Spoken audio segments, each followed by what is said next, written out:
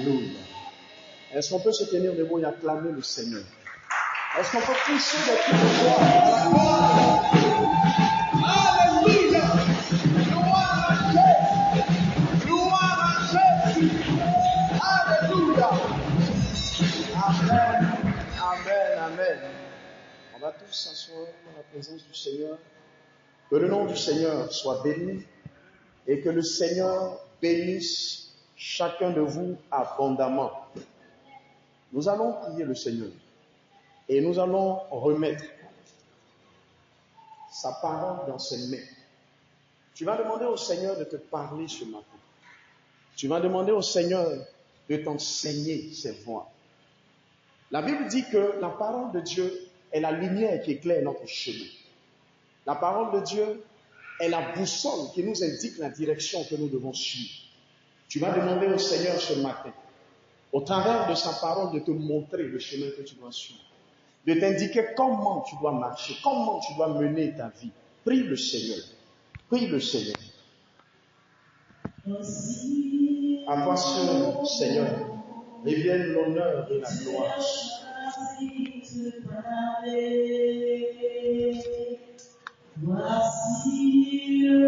Béni soit ton nom. Nous avons besoin de ta parole. Sans ta parole, nous sommes perdus. Sans ta parole, Seigneur, nous n'aboutirons à rien. Sans ta parole, Seigneur, comment pourrions-nous marcher à ta suite? Nous avons besoin de connaître ta parole. Nous avons besoin de l'entendre. Nous avons besoin de la comprendre. Nous avons besoin de la mettre en pratique. Seigneur, enseigne-nous tes voies. Dispose notre entendement. Que nos cœurs soient de bonne terre. Qui reçoivent ta parole comme la bonne graine. Et que ta parole à chacun de nous, Seigneur, produise son fruit en abondance. Merci, Seigneur. Au nom de Jésus. Amen. Dieu nous bénisse. Nous allons prendre nos Bibles et nous allons nous diriger dans l'évangile de Matthieu au chapitre 28. Matthieu chapitre 28, verset 19 au verset 20. Nous allons ensemble lire 3 passages. Nous allons commencer par Matthieu 28, verset 19 au verset 20. Ensuite, nous lirons Luc chapitre 6, verset 40. Et nous terminerons avec Luc chapitre 14, verset 27. Bien-aimés, nous sommes dans le premier mois de l'année.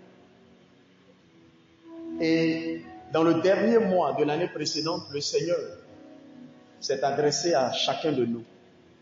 Le Seigneur nous a donné des consignes quant à la nouvelle année. Chaque fin d'année et chaque début d'année, nous nous apportons des souhaits. Et nous espérons que l'année qui vient soit meilleure à celle qui s'en est allée. Et nous avons vu que le Seigneur s'adressant à nous, nous a fait comprendre le dernier dimanche du mois de décembre que pour 2026, nous devrions défricher nos cœurs. Nous devrions circoncire nos cœurs. Nous devrions tourner résolument nos cœurs vers lui. Il nous a demandé de prendre des résolutions par rapport à la nouvelle année. De décider d'abandonner certaines choses. De décider de laisser certaines habitudes pour en prendre de nouvelles qui le glorifient. Le 31 décembre, à la mini-veillée, le Seigneur a attiré notre attention en s'appuyant sur cette histoire de pêche miraculeuse que Simon et ses compagnons ont vécue. Pour nous faire comprendre que le miracle de Dieu peut s'accomplir dans nos vies si nous décidons de le suivre, si nous décidons de lui accorder notre temps, si nous décidons de nous mettre à sa disposition, et si nous décidons de le servir. Bien-aimés, dans cet élan, ce matin, nous allons parler de quelque chose d'important, de quelque chose qui va dans ce même sens. Bien-aimés, en 2026, le Seigneur veut que nous soyons des chrétiens particuliers, que nous soyons des enfants de Dieu qui ne portent pas en vain son nom. Nous allons lire Matthieu chapitre 28, versets 19 à 20, et il y a un mot dedans qui va nous intéresser. Matthieu chapitre 28, verset 19 à 20, la Bible dit: allez, faites de toutes les nations des disciples, les baptisant au nom du Père, du Fils et du Saint-Esprit, et enseignez-leur à observer ce que je vous ai prescrit. Et voici, je suis avec vous tous les jours jusqu'à la fin du monde. Voici les dernières paroles du Seigneur avant qu'il ne quitte ses disciples. Il leur demande d'aller et de faire quoi? Des disciples. Le but fondamental du Seigneur pour nous, c'est que nous devenions ses disciples. C'est quoi un disciple? Un disciple, c'est un apprenant. La Bible dit en Luc 6, 40, qui est notre deuxième passage, que tout disciple accompli aura pour but de ressembler à son maître. Un disciple, c'est quelqu'un qui apprend auprès de quelqu'un. C'est un apprenti. C'est une personne qui cherche à ressembler à celui auprès de qui il apprend. Le Seigneur veut que nous soyons ses disciples. Ce qui signifie qu'il veut que nous lui ressemblions. Il veut que nous l'observions, que nous regardions la façon dont lui, il a fonctionné. Et que nous puissions nous aussi fonctionner et marcher de la même façon. Bien-aimé, en 2026, c'est le titre de mon message ce matin, tu dois être un disciple de Jésus. Regarde ton voisin et dis-lui, en 2026, sois un disciple de Jésus. C'est la mission que le Seigneur a donnée à son Église. C'est la mission que le Seigneur a donnée à chacun de nous. Il dit, allez faire de toutes les nations des disciples. Mais comment? Il dit, baptisez-les et enseignez-leur ce que je vous ai prescrit. Pour faire un disciple, il faut lui enseigner ce que Jésus a enseigné. Pour devenir un disciple, il faut donc recevoir l'enseignement que Jésus a donné. Pour que nous soyons des disciples, il faut que nous soyons enseignés de la parole de Dieu. Bien-aimés, chacun de nous en 2026 doit devenir l'apprenti de Jésus. Ça doit être notre but fondamental. Ça doit être notre objectif. Je vais lire le dernier passage. Après Matthieu 28, 19 à 20, Luc 6, 40. Le dernier passage, c'est Luc chapitre 14, verset 27. Luc 14, verset 27. La Bible dit, Luc 14, verset 27. Je lis la parole du Seigneur. Et quiconque ne porte pas sa croix et ne me suit pas, ne peut être mon disciple. Quiconque ne porte pas sa croix et ne me suit pas, ne peut être mon disciple. Bien-aimé, on ne porte pas une croix pour aller dans un lieu de joie. Quand on porte la croix, à l'époque romaine, c'est qu'on est condamné à mort.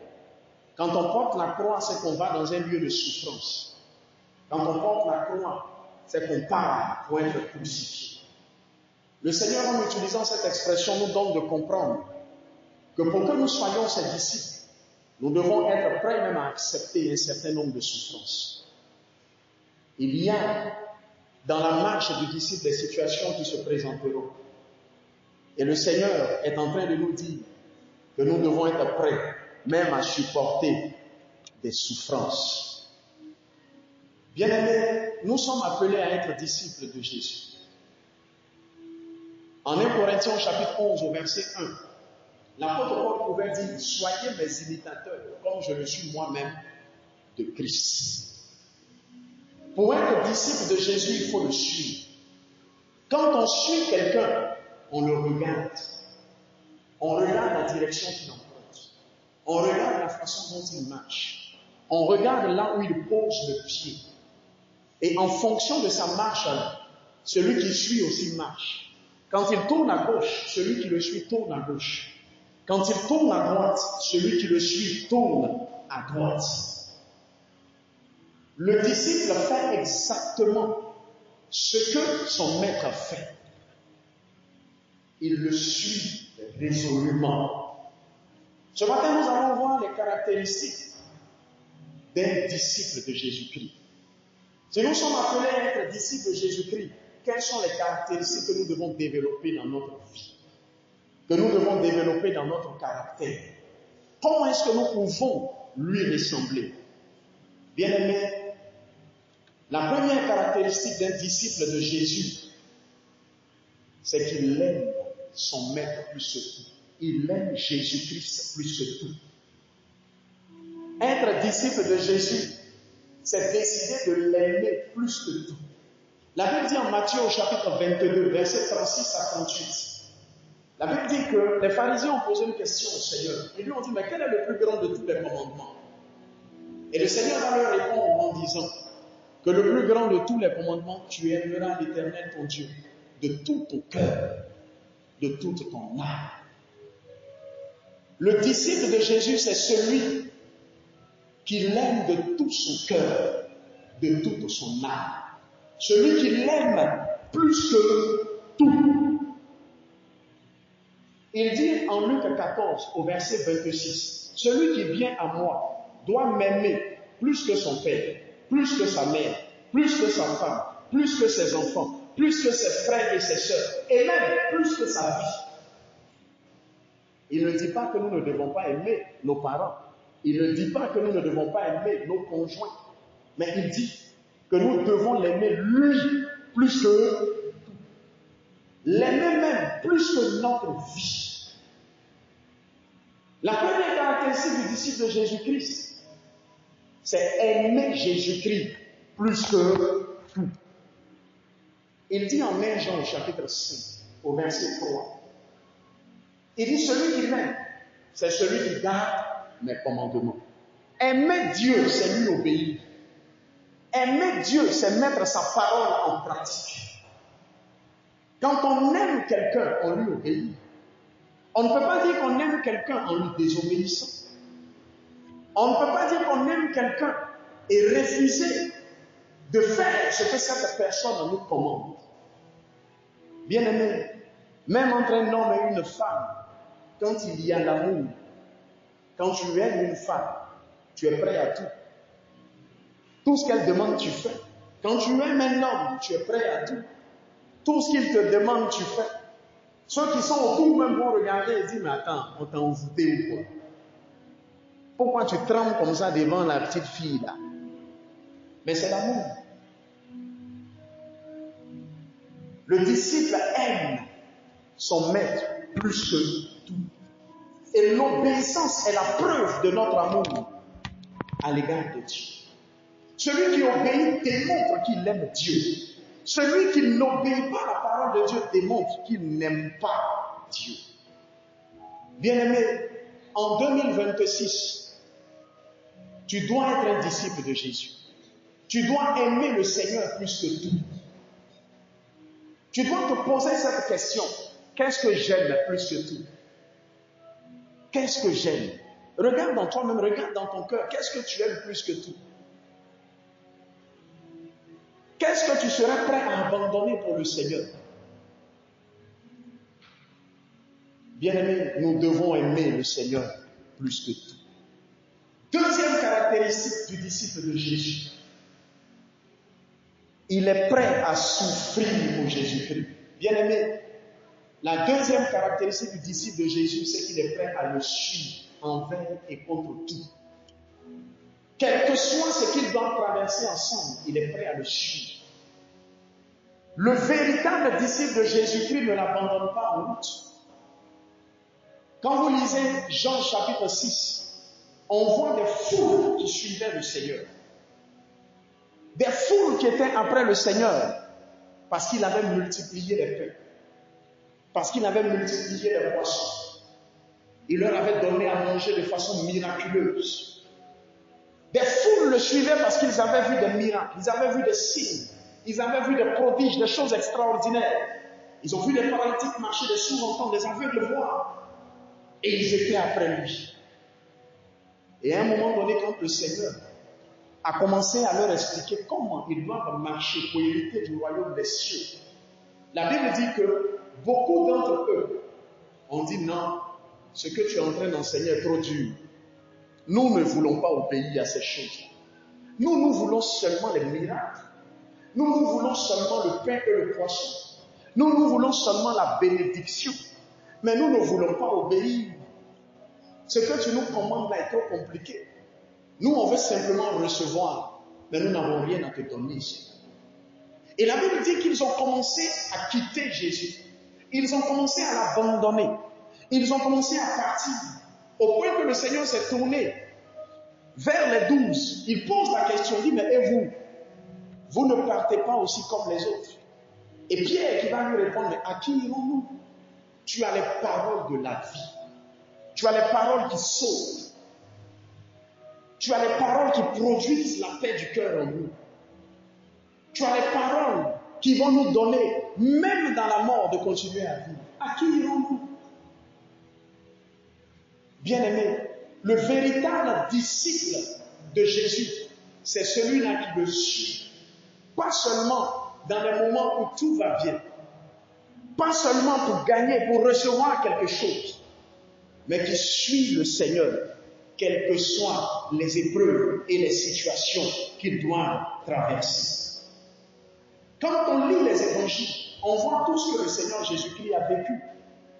Il a été rejeté, il a été calomnié, il a été accusé à tort, il a été humilié, il a été tabassé, il a même été tué.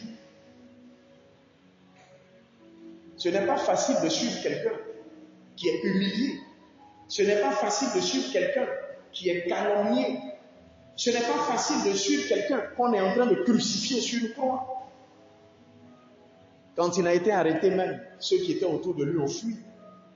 Pierre, qui a été même le plus courageux et qui a suivi Jésus, qui a de loin, pour voir ce qui allait se passer, même quand on lui a dit, mais toi aussi tu es un disciple de Jésus. Il a dit quoi? Moi, je ne le connais ni d'Adam ni d'Ève. Je ne l'ai jamais vu. Il l'a renié. Parce qu'il y avait la mort en face. Bien-aimé, le véritable disciple suit le Seigneur, même quitte à traverser les situations les plus douloureuses, les plus difficiles. En Luc 23, verset 34, on voit le Seigneur sur la croix qui fait quoi? Après tout ce qu'il a subi, il aurait dû maudire ceux qui lui ont fait tout ça. Mais sur la croix, il dit, Père, pardonne-leur, car ils ne savent pas ce qu'ils font. Bien-aimé, le véritable disciple de Jésus, c'est celui-là qui suit Jésus, même dans la douleur, et qui continue à bénir le nom du Seigneur, qui continue à bénir et qui ne maudit pas, qui supporte l'épreuve, qui supporte la souffrance sans prononcer de malédiction, qui supporte la douleur en gardant les regards fixés sur le Seigneur. C'est quand on parle de douleur et de souffrance que ça devient compliqué. Parce qu'aujourd'hui, le nouvel évangile que nous recevons entre guillemets nous dit que quand nous allons recevoir Jésus-Christ, c'est la fin de nos souffrances. C'est le début d'une prospérité profonde et totale. Et dès qu'une situation difficile arrive, Et en même temps, on abandonne tout. En même temps, on se décourage. En même temps, on recule. Bien-aimés, marcher avec le Seigneur. Ce chemin sur lequel nous le suivons peut être jalonné de difficultés. Peut être jalonné de situations difficiles. Mais les disciples que nous sommes doivent demeurer fermes. Nous devons continuer à le suivre. Pourquoi? Parce que la finalité sera forcément glorieuse. Troisième caractéristique du disciple. Le véritable disciple de Jésus aime son prochain. Il y a une histoire intéressante en Luc au chapitre 9, verset 51 au verset 56. Jésus est avec ses disciples. Ils arrivent dans un endroit où ils apportent l'évangile. Et les gens qui sont dans cet endroit refusent de les écouter. Au lieu de les écouter, ces gens-là les chassent. Alors un des disciples va dire, Seigneur, veux-tu que nous invoquions le feu du ciel afin que le feu du ciel consume ces personnes-là? Et le Seigneur qui répond à ce disciple en disant, sais-tu de quel esprit tu es animé? Si tu es animé de l'esprit de Dieu, tu ne peux pas dire ce que tu es en train de dire. Humainement parlant, ça semblait logique. Des gens qui ont décidé de leur faire du mal. Des gens qui se sont mis à les injurier, à les humilier, à les chasser. La logique humaine voudrait qu'eux aussi leur répondent de la même façon. Qu'ils répondent par le mal également. Mais Jésus dit non, non, ce n'est pas comme ça qu'un disciple réagit. Ce n'est pas comme ça qu'un disciple agit. Le disciple ne réagit pas au mal par le mal, mais il réagit au mal par le bien. Ils ont dû être étonnés, comme beaucoup aujourd'hui sont étonnés. Quand tu dis aux gens qu'on n'a pas besoin de prier pour que nos sorciers meurent, ils sont choqués. Mais pasteur, le sorcier, il est trop mauvais. Il doit mourir. Il veut me tuer. Quelqu'un veut me tuer. Il me rate. Si moi j'ai l'opportunité de le tuer, je fais quoi? Je le tue. Ça semble logique. Mais pourtant le Seigneur dit en Matthieu 5, à partir du verset 48, aimez vos ennemis. Bénissez ceux qui vous maudissent. Faites du bien à ceux qui vous font du mal. Voici comment le véritable disciple de Jésus-Christ réagit. Le disciple de Jésus aime son prochain. Quand on parle du prochain, on ne parle pas seulement de ceux qui nous font du bien. On ne parle pas seulement de ceux qui nous aiment. On parle de tout le monde. Y compris même le sorcier qui en veut à nos vies. Y compris même le féticheur qui a été mandaté pour détruire nos vies. Le Seigneur nous demande même d'aimer ces personnes. Le véritable disciple de Jésus-Christ ne réagit pas à l'émotion, ne marche pas selon la chair, il marche selon l'esprit, il marche selon la parole de Dieu. Il aime son prochain, quel que soit ce que ce prochain-là est. Quel que soit ce que ce prochain-là fait. C'est pourquoi Jésus à la croix a dit, Père, pardonne-leur, car ils ne savent pas ce qu'ils font. Aujourd'hui encore, quand nous faisons des prières, je ne sais pas si c'est des prières, parce qu'en réalité ce sont des incantations. Quand nous sommes en train de dire, Seigneur, oui, c'est tonton Kofi, le sorcier de la famille, il est trop mauvais ce gars-là. Seigneur, tue-le! Le Seigneur dans les cieux nous regarde et il dit, mais sais-tu de quel esprit tu es animé? Ce n'est pas l'esprit de Dieu qui est en train de t'animer là. C'est l'esprit du diable. Le véritable disciple aime son prochain. Bien-aimé, il y a quelqu'un dans les Écritures qui s'appelait Saul, Saul de Tarse, qui après a pris le nom de Paul. Paul qui signifie petit. Il pensait avant qu'il était grand, il pensait avant qu'il connaissait, qu'il savait toutes choses. Et ce Saul-là faisait du mal à l'église. Ce Saul-là persécutait les chrétiens. La Bible dit qu'il entrait dans les églises, il les faisait arrêter, il les faisait jeter en prison, il les faisait tuer. Et un jour, ce Saul-là, il croise Jésus-Christ sur son chemin. En temps normal, Jésus-Christ devrait faire quoi? Il le foudroie en même temps d'un coup. C'est un gars mauvais. Un mauvais en même temps. Il doit le foudroyer, le tuer. Mais non. Jésus se révèle à lui. Et Jésus demande à l'un de ses disciples, Ananias.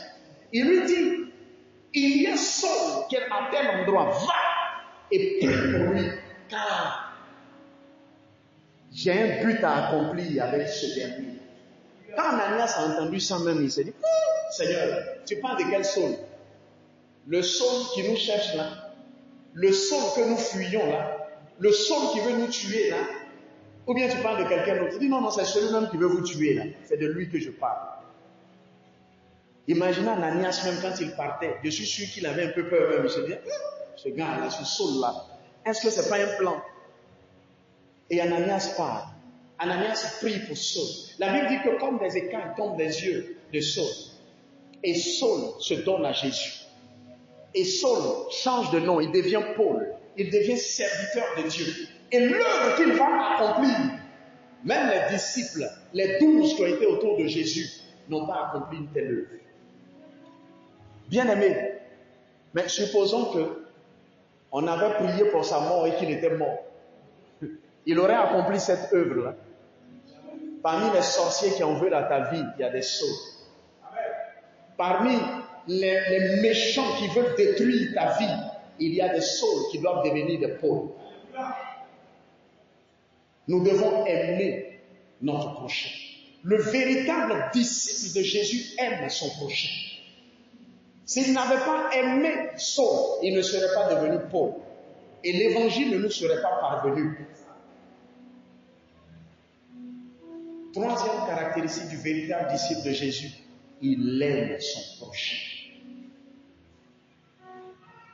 Quatrième caractéristique du disciple de Jésus, bien-aimé, il est humble. L'humilité, c'est quoi? L'humilité, c'est le fait de reconnaître la position qui est la nôtre et la position qui est celle du Seigneur. L'humilité, c'est reconnaître que nous ne savons pas tout. L'humilité, c'est reconnaître que nous sommes petits. C'est pourquoi Saul a changé son nom en Paul. Il a reconnu qu'il était petit. Il a reconnu qu'il n'était pas aussi grand qu'il s'imaginait. Bien-aimé, le contraire de l'humilité, c'est l'orgueil. L'orgueil nous donne de croire que nous sommes plus intelligents, plus sages. L'orgueil nous donne de croire que nous sommes au-dessus des autres. Le péché que Lucifer, qui est devenu le diable, a manifesté dans le ciel et a été chassé, ce péché-là, c'est l'orgueil. L'orgueil, c'est le péché par excellence. L'orgueil, c'est la racine fondamentale même du péché. C'est ce que Lucifer a manifesté. Il s'est dit, mais moi-même, je peux prendre la place de Dieu. Est-ce que je ne peux pas être même Dieu à la place de Dieu? Et cet orgueil qu'il a manifesté a fait qu'il a perdu sa place au ciel. Il a été chassé du ciel. Le véritable disciple de Jésus doit marcher dans l'humilité, doit être humble, doit fuir l'orgueil. La Bible dit que l'humilité précède la gloire, mais l'orgueil précède la ruine. La Bible dit que Dieu résiste aux orgueilleux, mais il fait grâce aux humbles. Bien-aimé, l'orgueil, c'est le péché même par excellence. À chaque fois que je lis ce passage où la Bible dit que Dieu résiste aux orgueilleux, j'ai dit, ouais, l'orgueil c'est quelque chose. Quand quelqu'un marche dans l'orgueil, Dieu devient son adversaire. Dieu devient son ennemi. Dieu devient l'opposition sur son chemin. Attends, si Satan est l'opposition sur ton chemin, c'est mieux. Tu peux appeler Dieu. Mais si Dieu lui-même s'oppose à toi, tu appelles qui? Le disciple de Jésus-Christ est celui-là qui marche dans l'humilité. La Bible dit en Philippiens au chapitre 2, versets 5 à 11. Philippiens 2, 5 à 11. Ayez les sentiments qui étaient en Jésus-Christ. Lequel, qui était sous forme de Dieu, a décidé volontairement de se dépouiller de sa position de Dieu pour prendre une forme humaine, s'abaisser, venir sur terre, marcher dans la poussière comme nous. Regardez l'humilité, regardez la manière dont le Seigneur s'est abaissé. La Bible dit que ce sont ces sentiments-là qui étaient en Jésus là, que nous devons avoir en nous. Nous devons être humbles comme Jésus l'a été. L'humilité est une caractéristique du disciple. En 2026, marche dans l'humilité. L'orgueil ne te conduira nulle part. Mais l'humilité, elle te conduira dans la gloire du Seigneur. Cinquième caractéristique du disciple de Jésus-Christ, il compte sur Jésus. Le disciple de Jésus compte sur Jésus. Il ne compte pas sur quelqu'un d'autre. Il ne compte pas sur autre chose. La Bible dit en Matthieu au chapitre 6, verset 25 au verset 34. Le Seigneur dit, pourquoi vous vous inquiétez? Ne vous inquiétez de... Est-ce que vos inquiétudes peuvent changer les choses? Est-ce que vos inquiétudes peuvent ajouter même ne serait-ce qu'une seconde à vos vies? Au contraire même, les inquiétudes même diminuent nos vies. Même les médecins vous diront que quelqu'un qui se soucie à tout moment va provoquer certaines maladies dans son corps. Il y a des ulcères qui apparaissent dans des corps à cause des soucis, des inquiétudes, du stress. Le Seigneur dit, ne vous inquiétez de rien. Cherchez premièrement le royaume. Cherchez premièrement le Seigneur. Comptez sur lui. Appuyez-vous sur lui. Il prend même l'exemple des oiseaux du ciel. Il dit, ils ne sèment pas, ils ne moissonnent pas, ils ne font pas de business, ils n'ont pas d'entreprise, ils ne travaillent nulle part. Mais lui, Dieu, il leur donne à manger. S'il est capable de prendre soin d'eux, à plus forte raison nous, ne prendra-t-il pas soin de nous? Nous qu'il a conçus à son image et à sa ressemblance.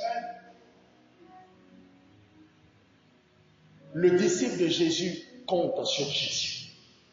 Il met sa foi en Jésus. Il met sa confiance en Jésus. En 2026, compte sur Jésus. Parfois, nous avons le nom de Jésus dans nos bouches, mais nous comptons sur autre chose. Nous comptons sur quelqu'un d'autre. Parfois même nous prions, oui, Seigneur, interviens, mais en réalité, nous comptons sur quelqu'un quelque part là-bas. Quand on finit de prier, je vais aller voir tonton Kofi. C'est le boss de la famille. Lui, il pourra apporter une solution à mon problème. Mais il peut arriver que tonton Kofi, même le boss de la famille, à un moment donné, n'en ait plus à te donner. Ou même qu'il refuse de te donner. Parfois, c'est sur l'homme que nous comptons. Parfois, c'est sur nous-mêmes que nous comptons. Ah oui, telle chose que j'ai fait là, je sais que ça va me rapporter tant, telle chose va arriver, donc allez, je suis serré, je suis imperturbable. Et au moment où tu attends ça, c'est la catastrophe. Rien. Bien aimé, nous devons compter sur Jésus. Nous devons mettre notre confiance en lui. Nous devons nous attendre à lui. Le véritable disciple de Jésus dépend de Jésus. Il dépend de Jésus en tout. Il compte sur Jésus. Il ne fait pas un pas sans Jésus. Dans ses affaires, c'est Jésus qui est au devant. Dans son travail, c'est Jésus qui est au devant. Dans ses études, c'est Jésus qui est au devant. Il remet toutes choses entre les mains de Jésus. Il s'appuie sur Jésus. Il ne s'appuie pas sur ses propres forces. Il ne s'appuie pas sur son intelligence et sa sagesse. Il ne s'appuie pas sur les forces de quelqu'un d'autre. Mais il compte sur Jésus. En 2026, compte sur Jésus. Appuie-toi sur Jésus. Ne cherche pas à faire comme le monde fait. Ne tombe pas dans ce doute dans lequel le diable veut que tu sois. Arrête de te soucier, arrête de t'inquiéter. Mais comment je vais faire? Mais comment je vais manger? Mais comment je vais m'habiller? Mais comment je vais vivre? Est-ce que c'est pas mieux que j'accepte la proposition du type qui me suit là? Il a l'argent, hein? Ça, il va prendre soin de moi. Arrête de te soucier. Arrête de te poser 1001 questions. Décide de compter sur le Seigneur. Le disciple compte sur Jésus. Il ne regarde pas avec un regard apeuré, rempli de doutes à gauche et à droite. Non. Il garde ses regards fixés sur Jésus. Parce qu'il sait que Jésus est fidèle. Il sait que son Dieu ne le lâchera pas, ne l'abandonnera pas. 6e caractéristique du véritable disciple de Jésus, il a pour priorité son salut. Il a pour priorité son salut. Sa priorité, c'est le salut de son âme. Matthieu 6, 33 dit, cherchez premièrement le royaume et le reste vous sera donné. Le reste là, il y a mariage dedans. Le reste là, il y a enfantement dedans. Le reste là, il y a travail dedans. Le reste là, il y a l'argent dedans. Le reste là, il y a toutes ces choses que nous espérons pouvoir avoir sur cette terre dedans. Mais il dit de chercher d'abord le salut de notre âme. Le véritable disciple, quand il vit sur cette terre, quand il mène sa vie, son objectif c'est le salut. Son regard est porté sur le salut. C'est le salut qui oriente, qui conduit, qui dirige sa vie. On peut lui faire une proposition, venant lui dire, bon, voici telle activité. Si tu mènes cette activité-là, tu vas gagner des millions. Il regarde l'activité, il se rend compte qu'elle est illégale. Quand il pense à son salut, il m'a dit, les millions on a gardé. Je préfère gagner les mougou là. C'est mieux. À cause de son salut. Le monde dira qu'il est idiot. Le monde dira qu'il n'est pas intelligent. Mais ses regards sont portés sur son salut. Ce qui l'intéresse, c'est de quitter cette terre en étant reçu par le Seigneur. Le disciple a pour priorité le salut de son âme. La Bible dit en Matthieu 16 au verset 26 que certes il a un homme de gagner toute la terre s'il doit perdre son âme. Ça sert à quoi? Qu'un homme ait des milliards, qu'il ait des immeubles, qu'il ait toutes les voitures qu'il peut avoir, qu'il ait toutes les femmes, ou qu'une femme ait tous les hommes qu'elle veut. Si la finalité, c'est d'aller dans le feu éternel pour l'éternité, ça sert à quoi? La vie sur terre, elle dure combien de temps? La vie sur terre est très courte. Même 100 ans, c'est court. Il n'y a pas longtemps, on était des enfants. Voilà, nous, on est devenus des adultes. Il n'y a pas longtemps, on dépendait de nos parents. Aujourd'hui, c'est d'autres qui dépendent de nous. Mais le temps n'est rien. En un rien de temps, nous sommes en train de vieillir. Nous sommes en train de partir. Un temps viendra, nous ne serons plus là. Et d'autres prendront notre place. Et le monde continuera de fonctionner. Bien-aimés, le temps de vie sur terre est court. J'ai l'habitude de dire que la vie que nous menons sur terre n'est pas la vraie vie. La vie que nous menons sur terre, c'est simplement un test pour trier ceux qui doivent aller vivre la vraie vie. La vraie vie, c'est la vie dans l'éternité auprès du Seigneur. Le disciple de Jésus, c'est ça sa priorité. C'est ça qui l'intéresse. C'est cette vie éternelle auprès du Seigneur. Il ne veut pas perdre ce salut-là. Il ne veut pas aller là où ceux qui n'ont pas le salut vont. Non. Il veut être sauvé. Quelqu'un m'a dit un jour, il m'a dit, mais homme de Dieu, la façon dont tu fonctionnes, là, les gens n'aiment pas ça.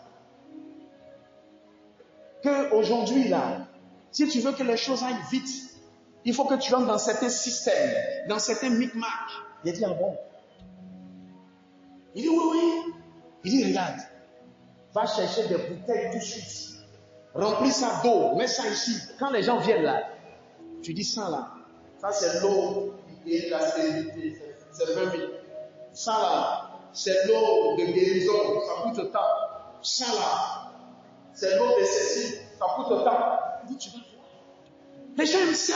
Ils vont acheter ça en quantité et l'argent va rentrer.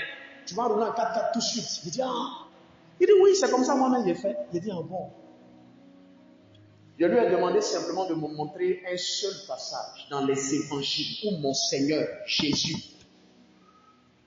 pour prier pour quelqu'un, a vendu la prière. Où le Seigneur Jésus-Christ a vendu une action prophétique. Où le Seigneur Jésus-Christ a vendu de l'eau à quelqu'un. Le Seigneur a posé des actions prophétiques dans les évangiles, oui. Mais il n'a vendu aucune d'entre elles. Il n'a jamais réclamé à qui que ce soit, quoi que ce soit. Aux 10 lépreux, il leur a dit, allez vous présenter au sacrificateur. En route, ils ont été guéris. Un seul est revenu. Jésus n'a pas maudit les 9 autres. Et celui qui est revenu, Jésus a dit, mais où sont les autres? La seule chose qu'il attendait, c'est que les gens lui soient reconnaissants. Ils n'ont pas été reconnaissants, ils sont partis. Mais celui qui a été reconnaissant, en plus de la guérison, le Seigneur lui a dit, tu reçois en plus de ça. Bien-aimé, le disciple du Seigneur a pour priorité son salut. Même si pour ça, il doit rater certaines richesses de ce monde, il préfère être sauvé. La priorité du disciple, c'est son salut. En Jean au chapitre 6 au verset 66, beaucoup de ceux qui suivaient Jésus l'ont quitté. Mais je le disais tout à l'heure, Pierre a dit, à qui irons-nous? Tu as les paroles qui sauvent. Nous, on veut être sauvés. Donc, nous, on décide de te suivre. En 2026, travaille à ton salut. Travaille à ton salut. Que le salut de ton âme soit ta priorité. La mort peut survenir à n'importe quel moment donné. Au moment où tu t'y attends le moins. Dans le mois de décembre, il y a un homme de Dieu que j'appréciais beaucoup, mais qui est mort subitement. Il n'y avait même pas de signe. Rien ne disait qu'il allait partir. Il a suffi d'une petite crise. À l'hôpital, quand c'est fini, l'homme de Dieu est parti. Il n'avait même pas 50 ans. La mort peut survenir à n'importe quel moment. Quand on marche et qu'on vit, on a l'impression qu'on est maître de nos jours. On a l'impression qu'on tient notre souffle dans nos mains. Le maître de notre souffle, c'est le Seigneur. C'est lui qui entretient ce souffle en nous. La Bible dit en Genèse 2 que quand le Seigneur a créé l'homme, il a mis en lui un souffle et l'homme est devenu une âme vivante. C'est son souffle qu'il a mis en nous là, qui nous a rendus vivants. Dès qu'il retire ce souffle-là, nous ne sommes plus vivants. Nous redevenons poussière. Et il peut le retirer quand il veut. C'est lui qui a le programme en nous. Mais au moment où il décidera de le retirer, dans quelle position seras-tu? Seras-tu prêt pour le salut? Ou ne seras-tu pas prêt? Il n'y a pas de match de retour dans ça. Hein? Ah, c'est comme la CAN, on nous a éliminés. Il n'y a pas à faire de non, il y a un autre match, on va se rattraper. C'est fini. On a plié nos bagages, on revient. C'est la même chose. Dès que tu as raté ça, Abana, c'est fini.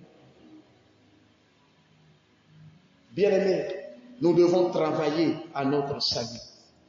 Le disciple a pour priorité le salut de son âme. Il est vrai que sur cette terre, nous avons toutes sortes de besoins. Il y a des choses que nous attendons du Seigneur. Mais il nous montre la méthodologie, il nous montre le chemin. Il dit, cherchez premièrement votre salut et le reste, lui Dieu, il vous l'accordera.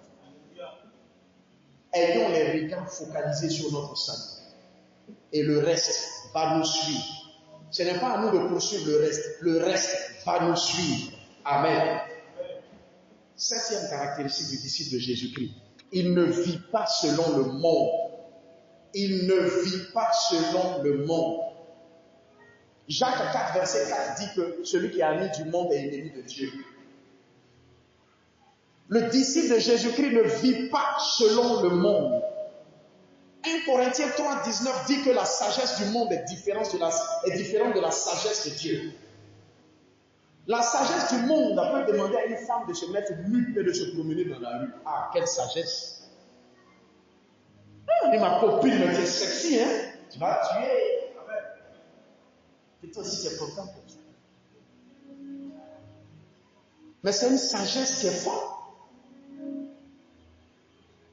Le véritable disciple de Jésus-Christ ne vit pas selon ce monde. Jean 15, 19 dit, Jésus dit, vous n'êtes pas du monde. Nous sommes, c'est vrai, dans le monde, mais nous n'appartenons pas au monde. C'est pourquoi nous ne devons pas fonctionner selon le système du monde. Nous ne devons pas marcher comme le monde marche. Nous ne devons pas être influencés par la façon de penser, d'agir du monde. On dit, voilà ce qui est arrivé à la mode. Dans le monde, maintenant, les gens font comme ça. Donc nous tous aussi, on doit faire comme ça. Mon ami, si tu veux, il faut dire que je suis un gaou. C'est pas grave. Je préfère être un gaou. C'est mieux d'être un nyata de Jésus que d'être un guerrier du diable. Le guerrier du diable, il est en train d'aller en enfer. Mais le gaou de Jésus, là, il est sur le chemin du ciel. Nous ne devons pas vivre selon le monde. Le disciple de Jésus-Christ ne vit pas selon le monde. En 2026, décide de ne pas vivre selon le monde. Quand tu vois les gens du monde vêtus d'une certaine manière, qu'est-ce que tu ressens en toi? Ça te plaît? J'ai envie de faire la même chose. Le pasteur est trop compliqué. Le pasteur, il nous fatigue, hein? Donc, quand on vient à l'église, le robe arrive ici. On vient à l'église, mais quand on sort du culte, là où le pasteur n'est pas là, là maintenant on fait comme le monde maintenant. C'est qui va tuer. Le pasteur ne te voit pas, mais le pasteur céleste, le pasteur qui est au-dessus de tous les pasteurs, lui, il te voit. Il te voit bien même. En 2026, ne fonctionne pas selon le monde. Décide de fonctionner selon le Seigneur. La vie dans le Seigneur, c'est une vie de sanctification. Ça, c'est un mot qu'on n'aime plus aujourd'hui. Là où on parle de sanctification, on n'a pas envie d'être là-bas. Nous, on veut être bénis seulement. Tu vis dans le péché, on dit, tu es béni au nom de Jésus, et puis tu cries Amen. Et tu crois à ça. En 2026, décide de marcher dans la sanctification. Regarde ta vie, observe ta vie, regarde dans ta vie ce qui ne glorifie pas le Seigneur. Comme il nous l'a dit en décembre, défriche ton cœur, enlève les mauvaises herbes, enlève les épines, enlève le péché. Fais le tri dans ta vie, fais le tri dans ton cœur. Mettons à ton cœur. Le Seigneur te regarde, il attend que tu te lèves et que tu fasses ça. Bien-aimé, dernière caractéristique du disciple de Jésus. 8e et dernière caractéristique du disciple de Jésus. Il attend avec joie le retour de Jésus-Christ. Qui attend avec joie le retour de Jésus-Christ? Qui a envie que Jésus revienne? Qui veut que Jésus revienne aujourd'hui? Tu vois, quand c'est comme ça, on commence à se poser beaucoup de questions. Hein. Seigneur, il faut attendre un peu. Actuellement, là, quand on regarde là, il ne faut pas que tu vas venir, on va rester ici. Le disciple de Jésus, il attend avec joie le retour de Jésus. Il est pressé que Jésus revienne. Il veut que Jésus revienne. Mais il veut que Jésus revienne pourquoi? C'est pas qu'il est prêt. Il veut être dans cette autre vie-là, cette vie qui ne s'arrête jamais, cette vie où il n'y a plus de pleurs, il n'y a plus de souffrance. C'est là-bas qu'il veut être. Il est pressé même d'être là-bas. C'est pourquoi l'apôtre Paul pouvait dire, il dit si je meurs, c'est un gain, c'est une victoire, c'est une joie, parce que je m'en vais dans la présence de mon Dieu pour l'éternité. Le disciple de Jésus attend le retour de Jésus. Et quand tu attends le retour de Jésus, tu es comment? Tu es vigilant. Tu fais attention à tes pas. Parce que tu te dis qu'il peut revenir à n'importe quel moment donné. Bien aimé, si nous gardons à l'esprit que Jésus revient et qu'il peut revenir à n'importe quel moment donné, nous allons faire attention à nos pas. Quand quelqu'un va te proposer quelque chose qui est contraire à la parole de Dieu, Jésus peut revenir maintenant. Mon frère, regarde ça. Il ne faut pas prendre en même temps Jésus va revenir. Pardon. Faut pas que je vais faire ça en même temps Jésus va revenir. Faut pas que je vais dire ça en même temps Jésus va revenir. Donc cette pensée-là fait que tu veilles sur tes pas. Tu es vigilant. C'est ce que Luc 12, verset 35 à 40 dit. Luc 12, 35 à 40 dit que nous devons être vigilants, nous devons veiller. Nous devons faire attention, veiller sur notre vie. Nous devons nous observer, nous devons nous regarder, nous devons voir en nous. Dès qu'on voit qu'il y a quelque chose qui n'est pas correct, en même temps, on règle ça dans la repentance rapidement. Parce que Jésus peut revenir à n'importe quel moment donné. Le véritable disciple de Jésus-Christ est prudent. Il veille sur lui-même. Il est prudent. Il fait attention à ses pas. Il fait attention à là où il rentre. Il fait attention avec qui il marche. Il fait attention à ce qu'il fait. Il est prudent. Bien-aimés, en 2026, le Seigneur attend de nous que nous soyons des disciples pour lui. C'est en ça qu'il nous bénira. C'est en ça qu'il se glorifiera dans nos vies. C'est en ça qu'il nous accordera toutes les choses merveilleuses qu'il a prévues pour nous pour 2026. Non, il ne suffira pas simplement que nous fassions des proclamations et que nous déclarions des choses sur l'année pour que cela arrive. Non. Nous avons une part. Nous avons notre part de responsabilité. Nous devons être des disciples pour lui. Nous devons être enseignables. En 2026, accepte d'être enseigné. Parfois, quand on entend la parole de Dieu, ça nous énerve. Le pasteur va venir parler de péché encore matin là. Il n'est pas fatigué. Lui, il ne pêche jamais ou bien c'est quoi. Il n'a qu'à parler vite, on va aller à la maison. En 2026, sois enseignable. Reçois la parole de Dieu avec humilité. Reçois la parole de Dieu avec joie. En conclusion, le but de Dieu pour nous, c'est que nous soyons ses disciples. Et la mission qu'il nous donne, c'est que nous fassions nous aussi en tant que disciples d'autres disciples. On ne devient pas un bon disciple en un seul jour. Ça c'est clair. C'est un travail. C'est un travail de longue haleine. Mais nous devons nous engager dans ce travail-là. Le Seigneur utilise l'exemple de l'agriculture. Il dit en Matthieu 7, l'arbre le bon, on le reconnaît à son fruit. C'est pourquoi il parle du fruit de l'esprit. Le fruit de l'esprit, c'est le fruit du disciple. Quand on parle d'un fruit, ça veut dire qu'on a sémé quelque chose. On a entretenu sur quelque chose là. On a veillé dessus. Ça a grandi. Ça s'est élevé. C'est devenu un arbre. Ça a commencé à donner des fruits. Mais pour que ça produise, il y a tout un processus. Pour que nous soyons de véritables disciples, il y a tout un processus.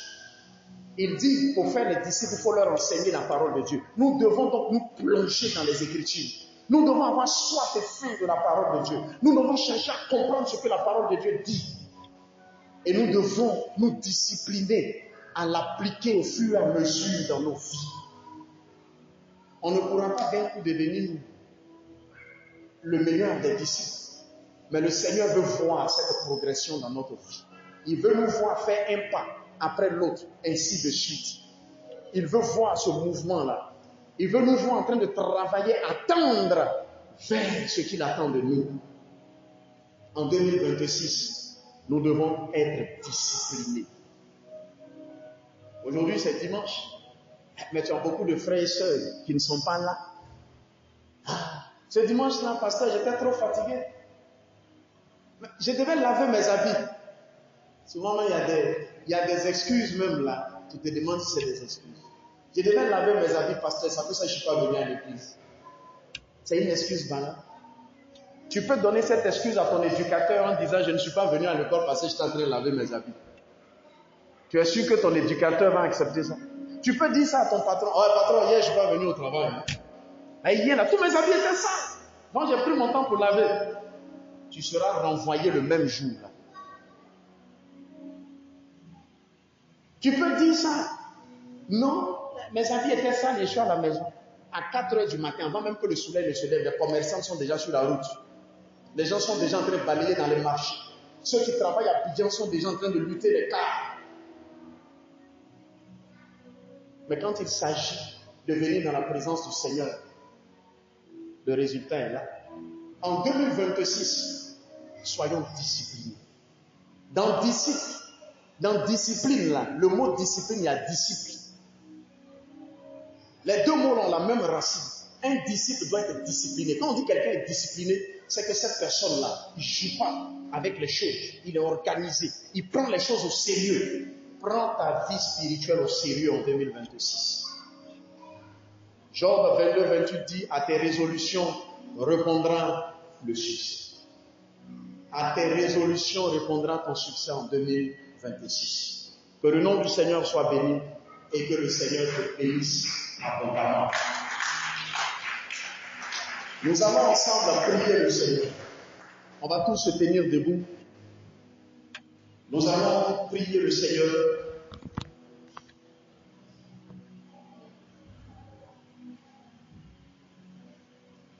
Tu vas prier le Seigneur. Il dit que la première caractéristique ici, c'est aimer Dieu plus que tout. Bien aimé, tu vas regarder au plus profond de toi-même. Qu'est-ce qui t'empêche d'aimer Dieu? Qu'est-ce que tu aimes plus que Dieu? Il y a peut-être quelque chose que tu aimes plus que Dieu. Peut-être que c'est le copain là que tu aimes plus que Dieu. Peut-être que c'est la copine là que tu aimes plus que Dieu. Peut-être que c'est l'argent que tu aimes plus que Dieu. Ce que tu aimes plus que Dieu là, tu vas prier le Seigneur. Tu vas demander au Seigneur de te libérer de cet amour-là. Tu vas demander au Seigneur de t'aider à dominer sur cet amour-là. Parce que tu dois aimer Dieu plus que tout. Prie le Seigneur. Prie le Seigneur. Remets-toi dans les mains du Seigneur. Demande-lui de t'aider. Que cet amour qui surpasse l'amour même de Dieu dans ta vie, que cet amour s'arrête. Prie de cet amour. Que le Seigneur te libère de cet amour. L'amour de l'argent qui fait que tu n'as pas le temps de lever ta vie. L'amour de l'argent qui fait que tu n'as pas le temps de prier, de jeûner, de méditer. Que le Seigneur te délivre de cet amour. Prie le Seigneur, papa. C'est toi que je veux aimer plus que tout. Libère-moi de toute forme d'amour qui tend à s'opposer à ton amour. Que tout ce qui m'empêche de t'aimer plus que tout quitte mon cœur. Seigneur, libère-moi, libère-moi de tout ce qui m'empêche de t'aimer plus que tout. Demande au Seigneur de me libérer de toute forme d'amour qui surpasse son amour à lui. Quelle est cette chose que tu aimes tellement que tu as mis Dieu aussi longtemps? Demande au Seigneur de t'aider à te libérer de cette chose, à te libérer de cette faiblesse, à te libérer de ce péché. Prie le Seigneur, parle au Seigneur. Dis-lui comment te passer. Aide-moi. Je veux abandonner ces choses. Je veux m'éloigner de ces choses. C'est toi que je veux aimer plus que tout. Seigneur, aide-moi. Demande à lui de t'aider. Demande à lui de t'aider.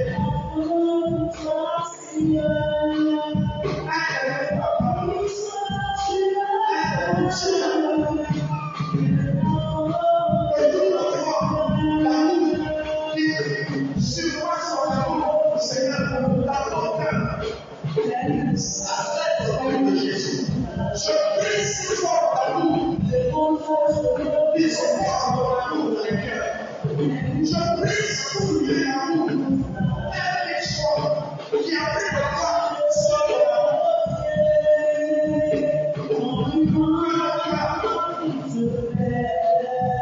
Elle a plus que tout, elle a plus que tout. Que ce soit toi, Seigneur, que nous ayons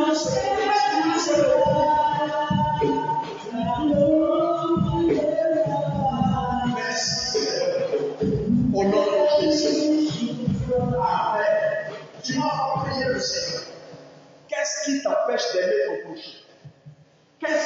t'empêche d'aimer l'autre.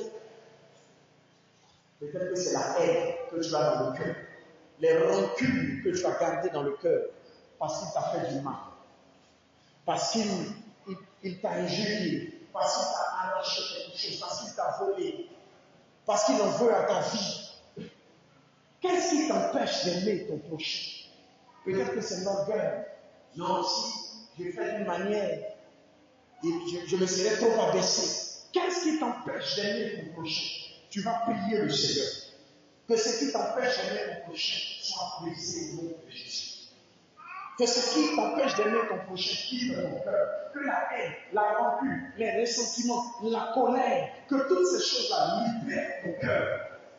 Et que l'amour de ton prochain, quel que soit ce qu'il est, emplisse ton cœur. Prie le Seigneur, prie le Seigneur, prie le Seigneur. Oh Seigneur. À la croix, tu as dit, pardonne-leur, car ils ne savent pas ce qu'ils font. Donne-nous, papa, à nos sociétés, pardonne-nous. Tout soit rempli dans mon cœur. Trop de colère dans mon cœur.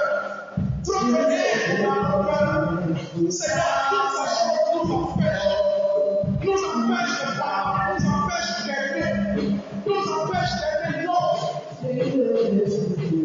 Nous pensons à l'autre, nous pensons à l'autre, nous pensons à la colère, nous pensons à cette habitude que nous avons gardée dans notre cœur. Libère-nous de toute forme de rancune, libère-nous de toute forme de haine, de rancœur, de colère. Que notre cœur soit libéré de toutes ces choses qui nous empêchent d'aimer. Libère-nous de l'esprit de vengeance, de ce désir, Seigneur, de nous venger, de ce désir de prendre pour nous, libère-nous, papa.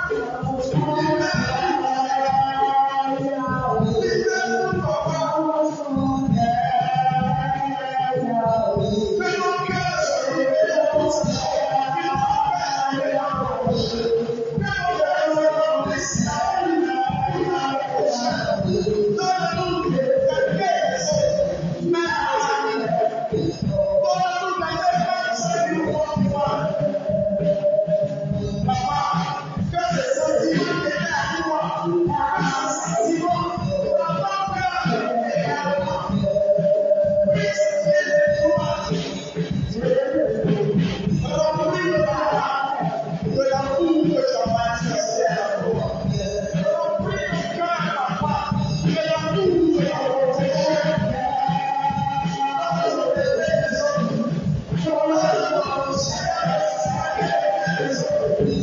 Que nos cœurs soient remplis. Que nos cœurs soient remplis. Que de l'enfer, mais les sentiments glissent. Et que ton amour prenne la place. Que ton amour prenne la place. Que ton amour prenne la place. Que ton amour prenne la place. Que ton amour prenne la place.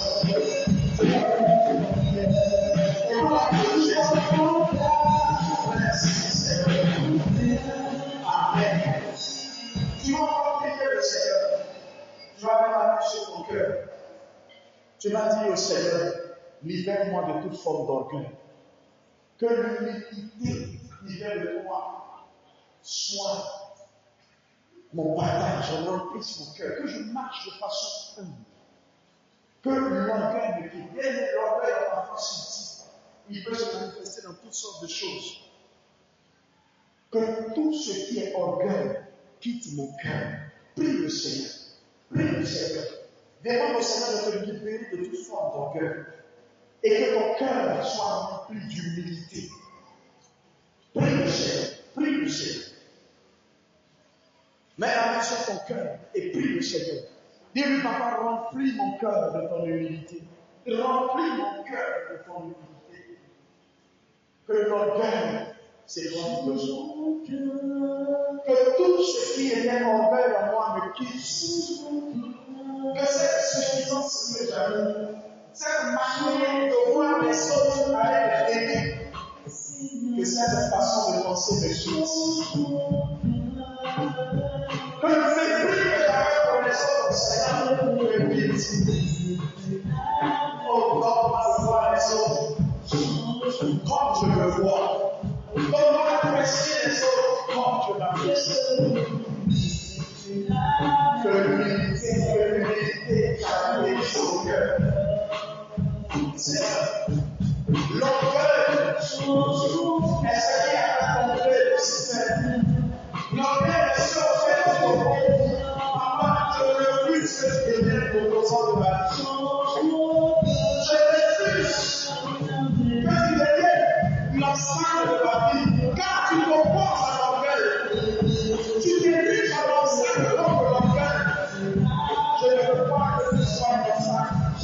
Sur le chemin de la vie. Je ne veux pas que tu sois une voisine. Papa, si c'est dans ça, sur le chemin de la vie, à qui il est, fais qui tu le laisses dans le regard. C'est libère-moi de tout mon cœur. Mon cœur, que l'orgueil ne trouve aucune place en moi. Que l'orgueil ne trouve aucune possibilité de s'installer en moi. Tu vas parler, et que les sentiments qui étaient en Jésus, soient dans mon cœur. Que les sentiments qui étaient en Jésus remplissent mon cœur. Je refuse de marcher dans mon cœur. Je peux marcher dans mon cœur. Je veux marcher dans mon marché, Seigneur Jésus. Aide-moi, soutiens-moi, papa. Merci-moi.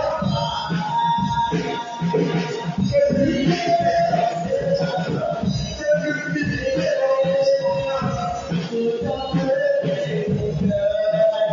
au nom de Jésus. Amen.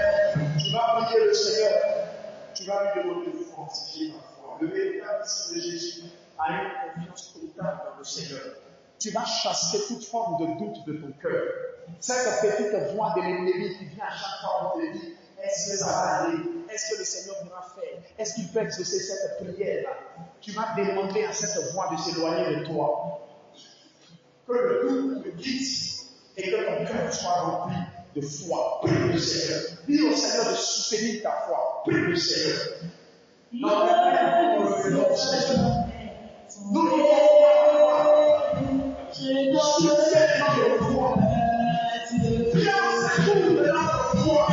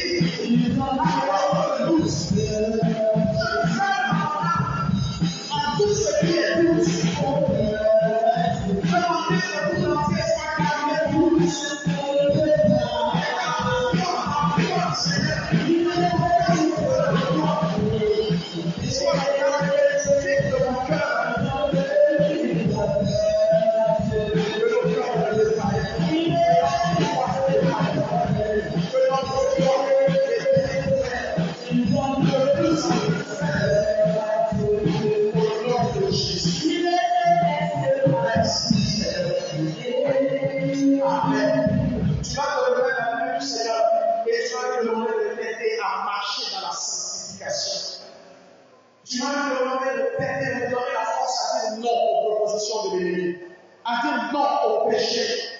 Tu vas demander au Seigneur de te donner la force. Le diable t'obligera à rien, il te proposera toujours. Mais que le Seigneur te donne la force de dire non. Prie le Seigneur. Prie le Seigneur. Tu connais la vie, tu connais tes faiblesses. Quel est ce péché? Quels sont ces péchés qui continuent encore de te faire tomber dans la marche? Dépose ces péchés au pied du Seigneur. Demande au Seigneur de t'aider à les surmonter.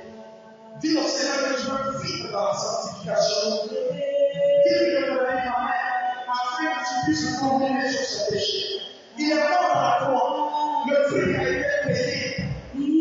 En mourant dans la croix, il a vécu la puissance du péché. Le péché n'a plus de pouvoir sur toi. Le péché n'a plus d'autorité sur toi.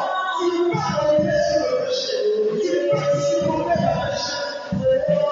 Prie le Seigneur, prie le Seigneur.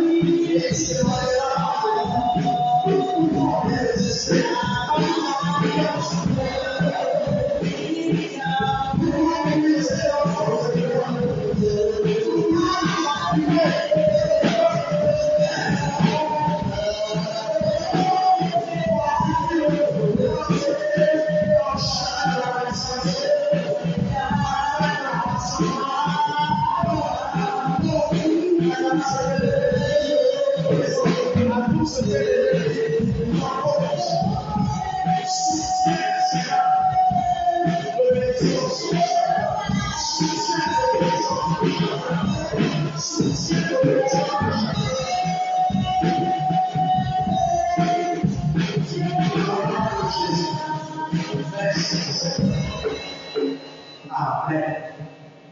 Bien, tu vas lui dire encore, tu vas lui dire merci. Tu vas lui dire merci pour sa parole. Tu vas lui dire merci de t'avoir permis d'entendre ce message. Il n'y a point de hasard dans le Seigneur. Si tu as entendu sa parole, elle s'adresse à toi. Il veut que tu sois son fils. Il veut qu'en 2026, tu t'appliques à être son fils. Et si le Seigneur te donne d'entendre cette parole, c'est parce que le Seigneur peut te bénir. C'est parce que le Seigneur peut se glorifier dans ta vie. Alors il te montre la direction à suivre. Il te montre le cheminement à suivre. Il te montre dans quelle disposition tu dois être pour qu'il puisse se glorifier dans ta vie.